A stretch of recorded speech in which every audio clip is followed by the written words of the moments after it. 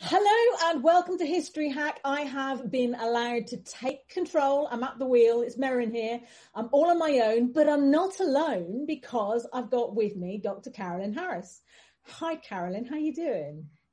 Hello, I'm good. How are you? Okay. Now, for people who don't know who you are and what you do, Dr. Carolyn Harris is a historian, an author, and her latest book, Raising Royalty, 1,000 Years of Royal Parenting, is quite a read. And what we're going to talk to you today about, Carolyn, is not so much the modern monarchy, but what we'd like to tell our listeners about is the monarchy that has infused 100 films and podcasts and videos, all kinds of streams of media that we're looking at all the time. Where do we get these references from? How do we know what to look for? I mean, you are the go-to person, really, aren't you? Come on. Oh, I thank you. That's very kind. You really are. So tell us, when we think about historical references and historical films, let's talk about the 18th century in particular. Mm-hmm. When we refer to historical accuracy on film, love it or loathe it, how do you feel about film interpretations of royal life in general? Well, often historical fiction tells us more about the concerns of our own time than the concerns of the times being depicted. Often we will see in historical fiction characters reacting strongly to the events that are most important to audiences and readers today, whereas in their own time, sometimes other events seemed more significant at the time and then turned out not to be. So, for example, in Downton Abbey, for example, you see Lord Grantham receives the news Archduke Franz Ferdinand's been shot, and he's immediately concerned about the outbreak of war. We know that's coming, but for people at the time, there was about a 5-week gap, and it wasn't immediately clear what might happen. There had been other outbreaks of violence in the Balkans, and there were other headlines that summer that dominated people's consciousness until the war itself broke out. But for us, the Archduke is shot. This means World War I. It's very difficult in historical fiction to avoid foreshadowing what we know is going to happen. Whereas the people living through these events, there were all sorts of different possible outcomes, and they didn't know where they were going to end up. But we do as an audience, and it can be a challenge for historical fiction to stay in the moment and not foreshadow where we're going. And obviously for dramatization purposes as well. I mean, Lord Grantham would have been far more interested in perhaps the estate than he would have been in Franz Ferdinand, to be blunt.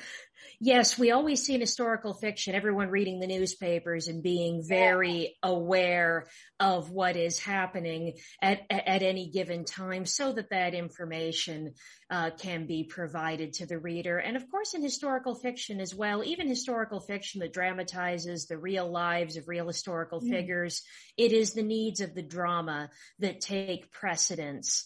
So what we have is a whole bunch of characters might be combined into a single character, especially when we're looking at royal courts. Lots of different courtiers might be combined into one. And that's often one of the inaccuracies that's noticed if something is filmed at Versailles or at the court of Catherine the Great, that there would be many more courtiers there, but of course we're focusing on a small group so that the audience doesn't become confused. So just how complex historical figures' lives are, the number of people they interact with, all of that becomes condensed to focus on a single theme and a small group of people, which is often at odds with just how big and complicated royal courts could be in the 18th century and beyond.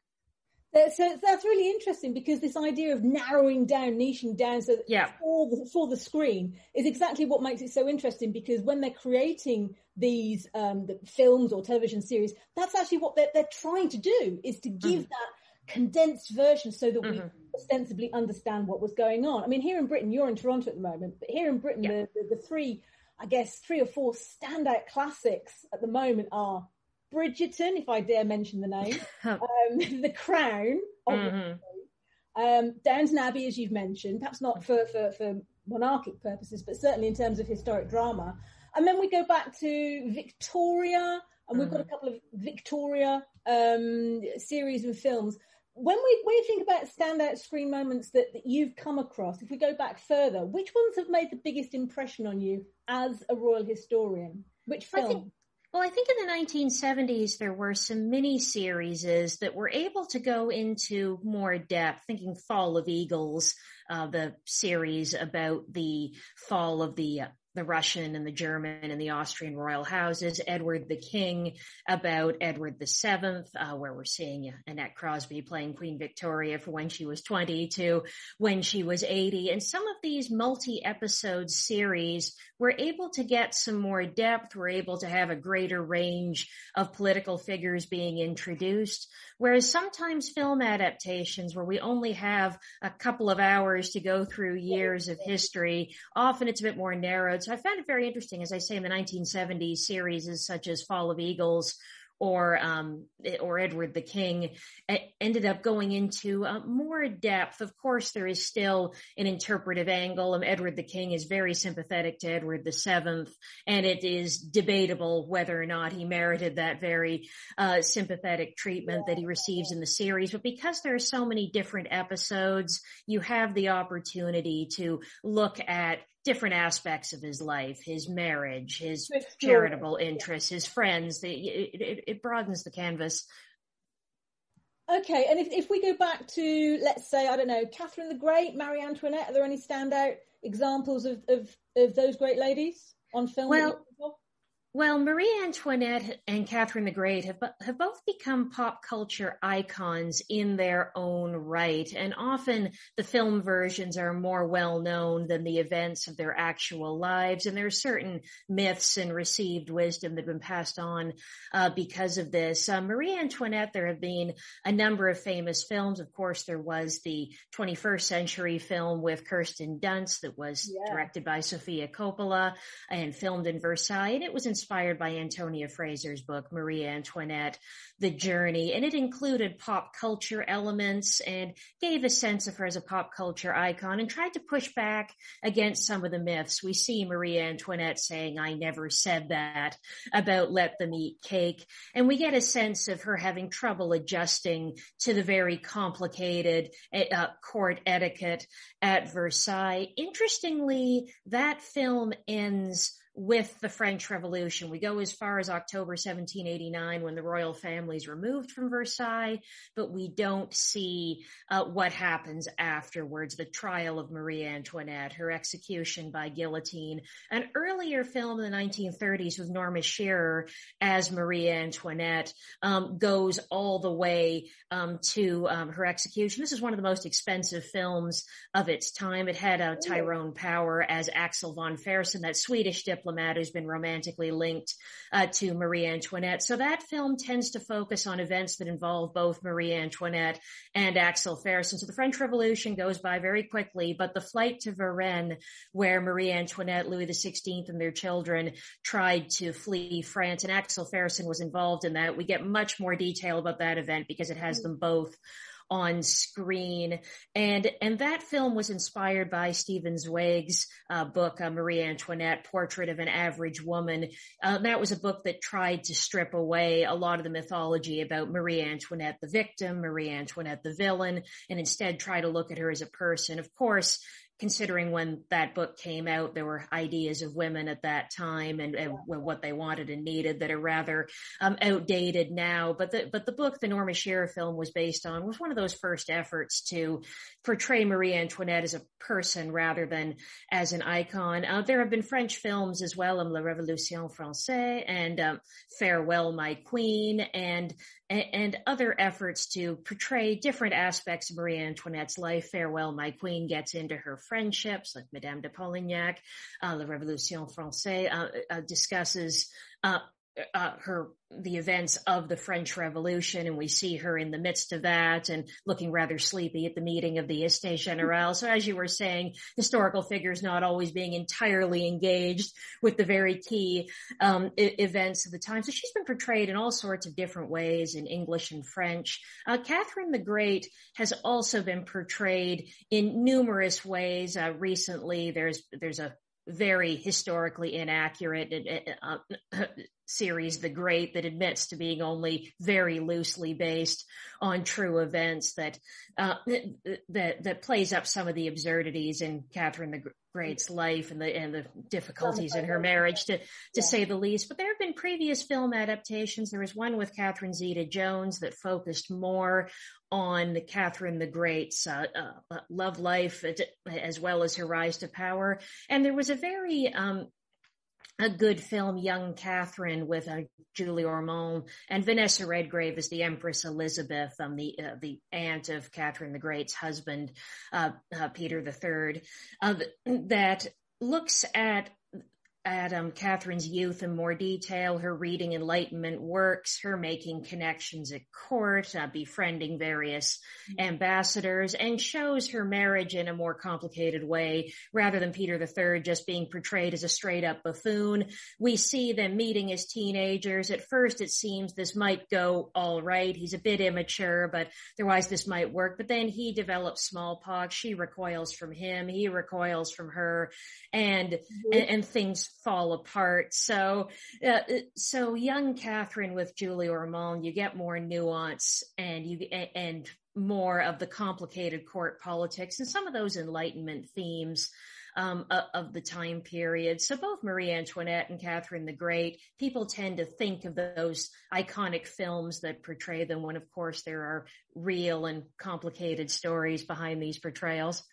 So there's something that you touched on 2 or 3 times there in the mix, and that's the idea that we've got historiography, we've got the recorded annals of the past to refer for fact and for, it's a good framework against which to do the story. And then we've got absolute fiction. Yes. Authors deploying their imagination, using artifacts, by which I mean Versailles is an artifact. By which I mean the clothes they wore, we do still have some of those, and the way they lived. And when we take what we know to be true, when we take fiction and we end up with a script, we are always playing, aren't we, to 1, what the producer, what the director can get funded, 2, what the audience actually wants for the time, but also that there always has to be a little bit of let's weave some integrity in here. So if we move away from the artifacts, if we move away from the archives and we come down to the story itself, 2 things. How much of the scandal is usually portrayed accurately, do you think? And how much the decadence do we take for granted? Or are people actually getting it right now when they're portraying historical fiction on screen?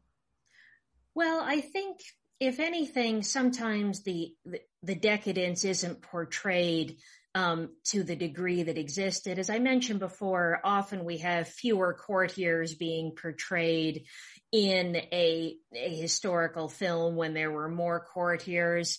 And it can be sometimes difficult in a film to show how some of these royal personages never really had the experience of being by themselves at any time. Queen Elizabeth I, for instance, she had ladies in waiting who slept in her bedroom, and it would have been considered unusual or unnerving if you were a monarch and you were alone, like both for security reasons and for status reasons. You would never want that to happen. But in order to advance the plot of a film, of course, you need to have secret conversations happening and sneaking around. So it can sometimes... Victoria as well wasn't allowed to walk down the stairs on her own for a long time, was she? Oh, yes. Her childhood, her mother, the Duchess of Kent, was very protective of Queen Victoria and was concerned about her facing plots from extended members of the House of Hanover who might have their own designs on the throne. The Duchess of Kent was encouraged in these concerns by her financial advisor, John Conroy. And so Victoria, as a child, had to sleep in her mother's room and was walked up and down the stairs. So at 18, she becomes queen, and the first thing Queen Victoria asks for is an hour by herself, as she'd never had the opportunity to experience that. And we're seeing by the 19th century, the private sphere is more important, whereas our early modern monarchs, some of those Tudor monarchs, would have been used to living their whole lives in public. Yeah. So it can be a challenge when you're building the plot of a film. You need conversations to happen secretly, to be able to show that, and still just how on display and in public court life could be. You were mentioning the royal scandals of the time. Often, in order to make a more exciting film, you see the most salacious interpretations of various royal scandals being portrayed. Marie Antoinette, certainly there's evidence in her letters that she was in love with the Swedish diplomat Axel Fersen. Whether that relationship was ever consummated remains a matter of enormous debate. A lot of his papers are missing. There is one author who's gone so far as to say, yes, it was consummated, and perhaps he fathered one or two of her children. And then others say, no, they loved each other, but they would never have been alone. And others say, well, if they were alone, it would have been after the revolution when she didn't have all of this attention on her. So when historians sit down to debate these kinds of royal scandals, there's an enormous range of opinion as to were two people lovers or simply formed a close political alliance. And often the film versions want a more straightforward narrative. And also in terms of what everyone knows and what knowledge is being spread. In, say, the Tudors TV series, Henry VIII is shown quite publicly as taking many mistresses. And in fact, when it comes to Henry VIII's mistresses, we know about Bessie Blount because she was the mother of his illegitimate son, Henry Fitzroy. And we know about Mary Boleyn because she was the sister of Anne Boleyn. But Henry VIII was actually surprisingly discreet about some of his other relationships because he didn't want Catherine of Aragon to be upset while she was expecting, as they had lost many children. So the kind of Tudors portrayal of Henry VIII quite publicly behaving this way, as though he's a French monarch with an official mistress, is not quite accurate. Yes, Henry VIII had many mistresses, but it wasn't quite as public and as blatant as his. It's good for the script, isn't it? It's good for the script, yeah. Yeah. So often we see changes being made just so the audience can see what's happening. Conflict can be generated with people finding out what's going on, and so we see historical events inspiring a certain narrative. And of course, another theme that dramatists are fascinated by is what sorts of conversations are not recorded in the historical record, what's between the lines of various letters or diary entries. And so the Crown on Netflix is particularly interested in this. What happens during Queen Elizabeth II's audiences with her various prime ministers? And the play, The Audience, was about that theme. The Crown on Netflix, as there are no minutes taken of these particular meetings, and it's something that the screenwriters of Peter Morgan, the screenwriters of The Crown, have found particularly interesting, is exploring what might be discussed during those meetings. So a lot of authors of historical fiction and dramatists and screenwriters are very interested in what we don't know, what we can read between the lines. So you mentioned books again. I know there's a book about George III called A Royal Affair. Yes, Stella Tilliard. Yeah. So her book, and I think it was subtitled George III and His Scandalous Siblings, wasn't it? Yes. Yeah. So now that was that turned into a film? Yes, it was turned into a Danish film, A Royal Affair, that focused on George III's sister, Caroline Matilda, and her marriage to the King of Denmark, who suffered from mental illness, and how she came to be having an affair with his doctor. And the doctor was virtually running Denmark at one point, that he was a close confidant of the king and was having an affair with the queen. And the film gets into the two sides of this, of Dr. Struensee becoming this very close friend and confidant of this very unstable monarch, but also having this relationship with the queen. And of course, having that level of power as a royal favorite attracted many enemies, including the king's mother. So he was ultimately overthrown and executed. And the queen was sent into exile, and she dies in her 20s. And so it was quite tragic. And there remains a debate to the present day regarding the parentage of her daughter. Her son is acknowledged to be the king's son, but her daughter was nicknamed, even in her own lifetime, La Petite Struensee, that it was assumed that this was the doctor's daughter. And of course, you know, she was acknowledged by the King of Denmark and was and made a royal marriage and was treated as a princess. But it was pretty common knowledge around the time that she had been conceived that it was likely Struensee was the father, and there was a resemblance there as well.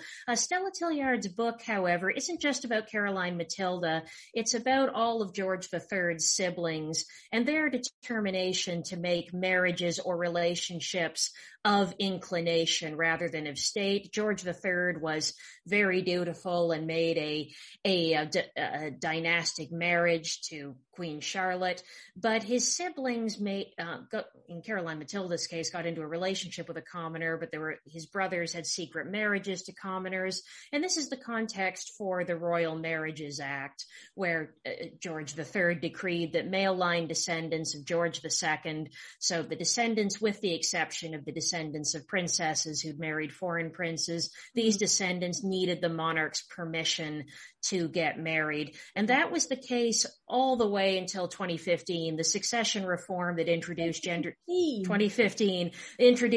neutral succession now dictates only the first 6 people in line need the Queen's permission. But it used to be people who were very remotely in line to the throne needed to ask the Queen's permission to marry. Many documentaries from Queen Elizabeth II's reign portray this, of some distant descendant of Queen Victoria writing to Queen Elizabeth II. They're getting married and they need their permission. And Robert Hardman's book, Our Queen, says many of these descendants would frame their permission. It was a nice souvenir that you had distant royal descent, but there were others who found this was very outdated, that you're 400th in line to the throne, but you still have to ask the Queen for permission to get married. And of course, it attracted attention when it was someone more extended on continental Europe as well. So when Ernst of Hanover was marrying Princess Caroline of Monaco, and he was asking the Queen for permission to marry, as he was one of these male line descendants, that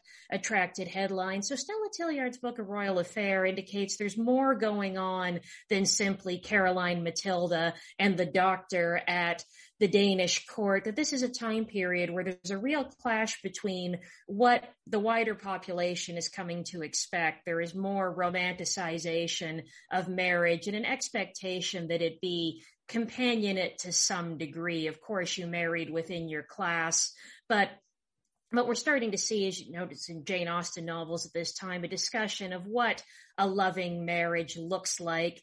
And if you were of the aristocracy, yes, there was a small pool that you could draw upon, but you'd likely have some choice in terms of who you married. And royalty didn't necessarily have that choice. So we're seeing George III's siblings really rebelling against the expectations that they're facing. And George III making very clear that no, for royalty, it's different. They are expected to marry other royalty. They're expected to make suitable marriages. He had done so. He expects the same of his siblings. So there's a really interesting philosophical moment. And Marie Antoinette is part of this generation as well. And in her letters, she expresses some frustration. Yes, she and Louis XVI get along very well on a day-to-day level, but their interests aren't the same. He likes hunting and blacksmithing. She likes to attend parties late into the evening, enjoys fashions, and they're accepting of each other's interests, but this isn't the connection that she's expecting. And her mother, Empress Maria Theresa, is very angry at Marie Antoinette for basically writing to an Austrian diplomat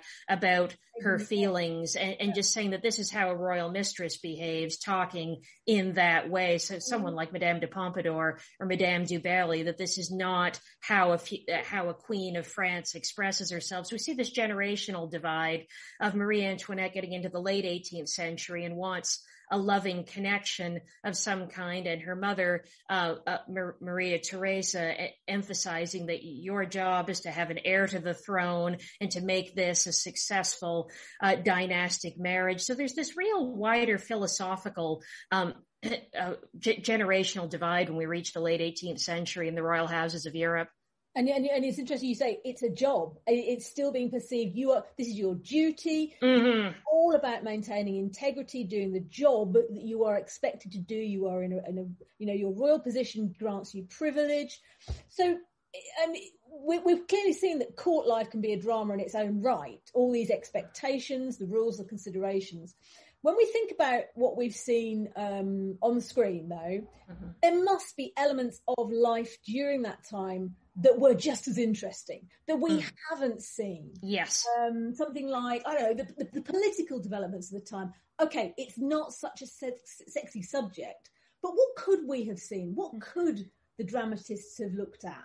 Well, often we get elements of Enlightenment thought in the 18th century. We'll see Catherine the Great reading while her husband Peter III's ignoring her, or we'll see in A Royal Affair that Dr. Struensee is trying to introduce all sorts of reforms and abolish capital punishment, and to use that position as a royal favorite to introduce some enlightened reforms into Denmark. So we do get these flashes of what's happening, but often the focus is on the individual experiencing life at a royal court rather than the wider political conditions that have created this court culture and the changes that are taking place. In British history, we see certain time periods have received a lot of attention in historical fiction, the Tudors and Mary Queen of Scots. And now we see the reign of Queen Victoria, particularly the young Victoria, has attracted a lot of attention,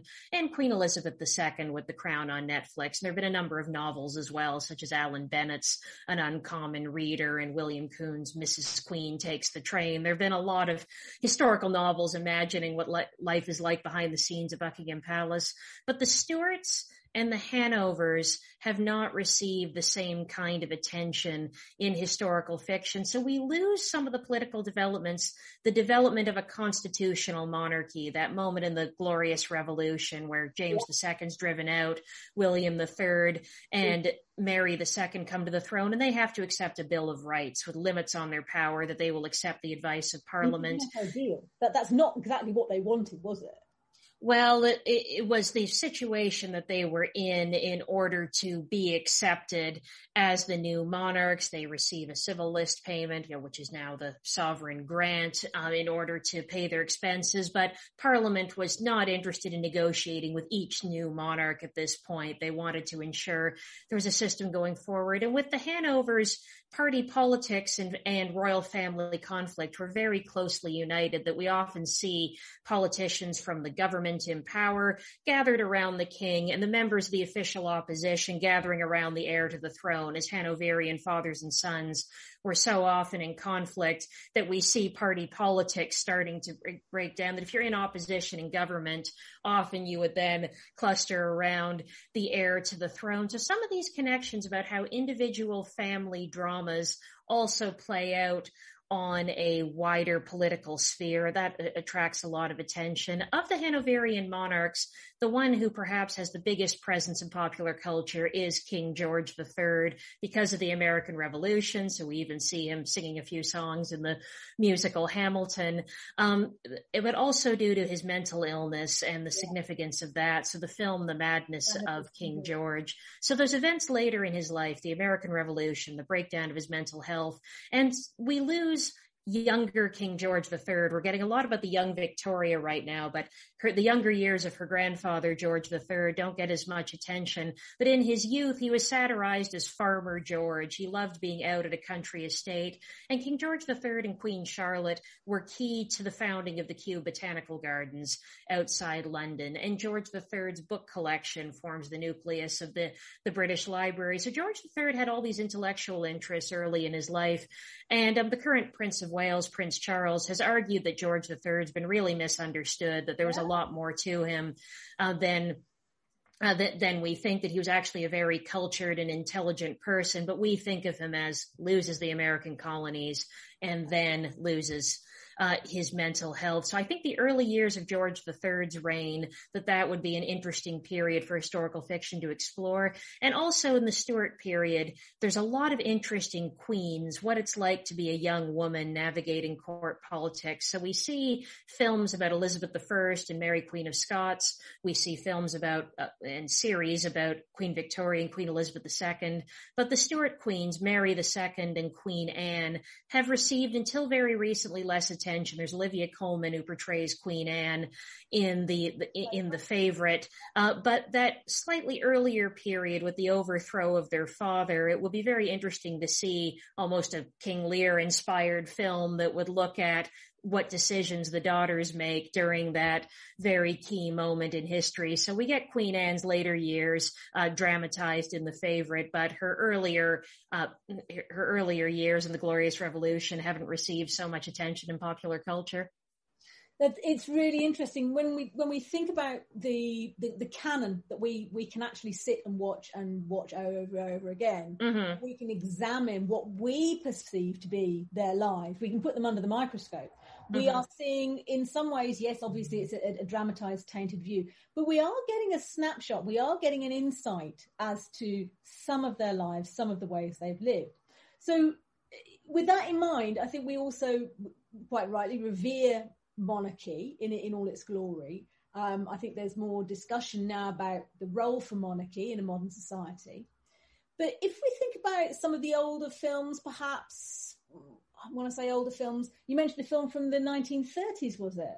Yeah, Norma Shearer and Tyrone Power and Marie Antoinette. Yeah, so when we think about those films, early on-screen representations, and compare them to modern cinematography where there is more diligence and people really do want to get the costume right and they do want to get the hair right.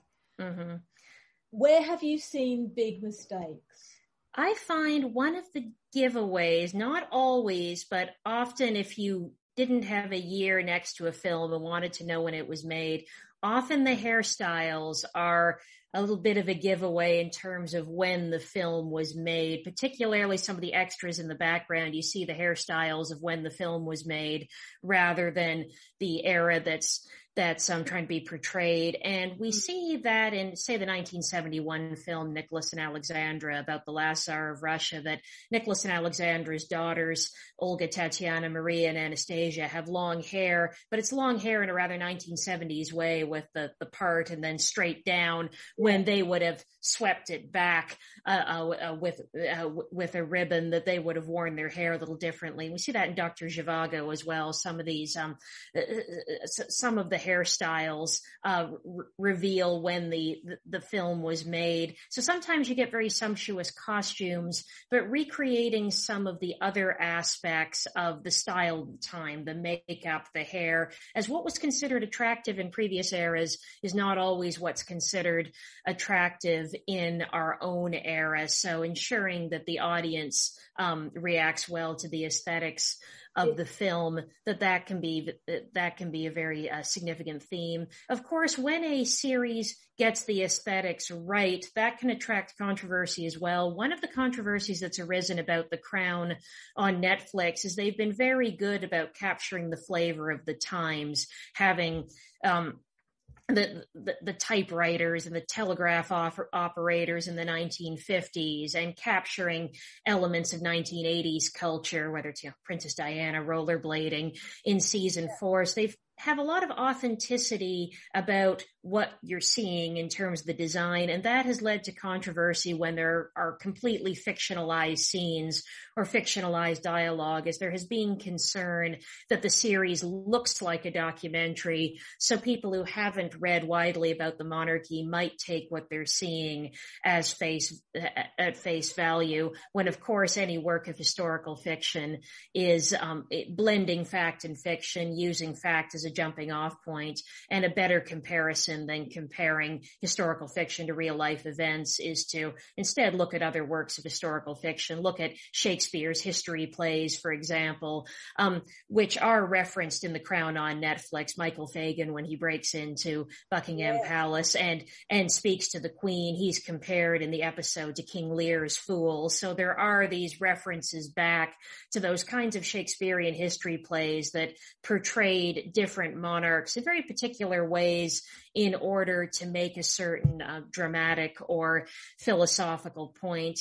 But of course, historical fiction, even in Shakespeare's time, created a certain received wisdom. So if we think of what comes to mind, we picture Richard III, that the excavation of Richard III's remains and the work of the Richard III Society have rehabilitated him to some degree. But that image of Laurence Olivier portraying Shakespeare's Richard III as a hunchbacked villain, it just remains in the popular consciousness. So there's controversy about if you get all the design aspects correct and you have a compelling performance, this can make fiction seem like fact. Even for more critical audiences, it can create a sort of received wisdom where you don't quite know where you heard something about this historical figure, but you're convinced, oh, that's right, I definitely heard that about this figure before. So the way in which popular culture can seep into our ideas of what happened and what didn't, and the art can take on a life of its own. It permeates, doesn't it? I mean, I remember Anthony Sher portraying Richard, and I've got an idea Kevin Spacey did as well, and they both did it on crutches or with iron calipers so as to inhibit that, and that idea has permeated his character almost to the point where it doesn't matter what we find now, it doesn't matter what the truth is. Today, that's how we perceive those characters. Real people have been portrayed in such a demonstrative way on screen that that's what they've become. And when Richard III's remains were discovered, there's evidence of scoliosis. He would have had one shoulder slightly higher than the other. And it's clear that, I believe the Economist obituary for Richard III said, perhaps an extra cushion on his throne for comfort. But he was still someone who was fighting medieval battles with a sword on horseback. So he could not have been as severely affected by his condition as the Shakespearean portrayal, but clearly the fact that there was some slight issue enabled dramatists to expand that. As for writers in the 16th century, often outward appearance symbolized inward character for the dramatists and the writers of the age. So playing up the stories about Richard III's hunchback enabled him to be portrayed as a villain. And of course, we have to think of the audience for the kinds of portrayals of Richard III from the 16th century. We're talking about writers who are writing for Tudor patrons. Henry VII had been the victor at the Battle of Bosworth Field, and Richard III had lost and had died on the battlefield. So it's one of those cases of history being written by the winners, and becomes more nuanced. And of course, there's a danger of going in the other direction, where we see historical novels where Richard III is depicted as a kind of romantic hero, when the truth is probably somewhere in the middle, that he was neither this exceptionally villainous figure nor this exceptionally virtuous one, but was a person of his time, and the Wars of the Roses were a very ruthless time. So it's better to compare him to his relatives and how he compared to them, rather than to either these villainized or idealized depictions. It's fascinating, and I don't think we've hardly scraped the surface. Oh yes, we've jumped around and looked at all sorts of historical figures, but there's so many more, and there's also historical figures that just haven't made it onto the screen, or just have bit parts in other people's stories. I mentioned Vanessa Redgrave playing Empress Elizabeth, the aunt of Catherine the Great's husband, Peter III, and the one who arranged that marriage. And Empress Elizabeth was the daughter of Peter the Great and grew up in his court and staged her own military coup in order to come to the throne. So her life in its entirety would make a very good film, but we only tend to see her in her last years when she's arranging that marriage between her nephew and heir and the German princess Sophia of Anhalt-Zwirst, who goes on to be Catherine the Great. There's all sorts of people who perhaps have walk-on roles in films about famous historical figures that could easily carry an entire film themselves in terms of the amount of drama that happened in their lives. Who would you pick if you were given a massive budget, Paramount, any one of the big companies, and the cast of your choice, obviously? Who would you pick? We've talked about Russian history. Peter the Great's second wife, Catherine the First, she was born Marta Stavronska. She went from being the daughter of runaway serfs. She becomes Peter the Great's mistress and then his wife. She's crowned empress, and then she succeeds him when he dies in 1725 and becomes the first female empress of Russia. And what I find interesting is in this role, she goes and finds her siblings from before. She brings some building projects to an end in St. Petersburg. She was concerned about how the peasant laborers were being treated. So she never seems to have lost consciousness of where she'd been, despite this incredibly meteoric rise to power. And I think her life, going from rags to riches and always remaining conscious of where she'd been, would be very interesting. In a British context, I think it would be interesting to do more with the Glorious Revolution and what it was like to be the future Mary II and Queen Anne in a situation where their father's being overthrown and they decide to side with the revolution, and this generational divide, the Catholic James II, his Protestant daughters, and the conflict between them. So I think that there's all sorts of historical time periods and historical figures that deserve more attention on screen than they've received. Untapped treasure troves. Carolyn, thank you so much for joining us today. Honestly, I really do feel like we've hardly touched on this at all. And now I know you have more than one book. You've got Yes. a book about Magna Carta. Now, what's the book that you're working on at the moment? Right now, I'm co-editing a series on English queens, power, influence, and dynasty. It's a 4-volume series that I'm co-editing that will have a chapter on each of the royal consorts, all the way from William the Conqueror's Queen Matilda of Flanders and beginning of Volume 1, all the way through to Prince Philip today. So it's going to be a very interesting series. My other books are Magna Carta and Its Gifts to Canada, which accompanied the 800th anniversary of the sealing of Magna Carta and the Canadian exhibition. One of the surviving versions of Magna Carta from 1300 went on tour in Canada. I've also written, this is based on my PhD dissertation, Queenship and Revolution in Early Modern Europe, Henrietta Maria and Marie Antoinette, which compares the lives of Henrietta Maria leading up to the English Civil Wars. She's Charles I's queen, and Marie Antoinette leading up to the French Revolution, and how they were perceived as wives, mothers, heads of royal household, and how discrediting the queen helped discredit the monarchy in both cases. And then my 2017 book, Raising Royalty, 1,000 Years of Royal Parenting, looks at 20 sets of royal parents from medieval times to modern times. So from Edgar and Elfrida and Anglo-Saxon times through to William and Catherine, the Duke and Duchess of Cambridge today. So there's lots of different interesting facets of royal life to explore. And I do hope you're going to come back, aren't you? You're going to come back and talk to us again. That sounds great. We'd love to have you. Carolyn, thank you. Thank you so much for joining us today, and we look forward to talking to you again soon. Thank you. All right. Don't forget that we do exist on Patreon as History Hack and on Patreon as well, which is Podbean's own version. Elena and I have had massive fun doing this in 2020, but life's going to change quite a lot next year, and we're going to actually have to go and earn a living, etc.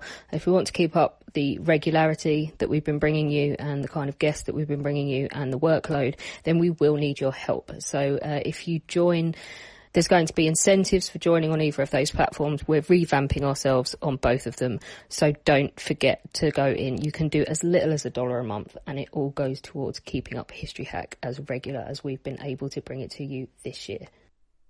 When our guests join us to talk about their work and their new book, the 45 minutes or so they spend with us is just a taster of all their efforts. So to this end, we have launched our very own bookshop on bookshop.org. where you can find our guests' latest and greatest books. You can support them, and you can support History Hack too. 10% of every sale via our bookshop supports the podcast and allows us to keep at it and bring you more amazing guests. You can find our bookshop at bookshop.org/shop/hack history, or just search on bookshop.org for us under the shops bit. Thank you for your continued support, and here's to your next great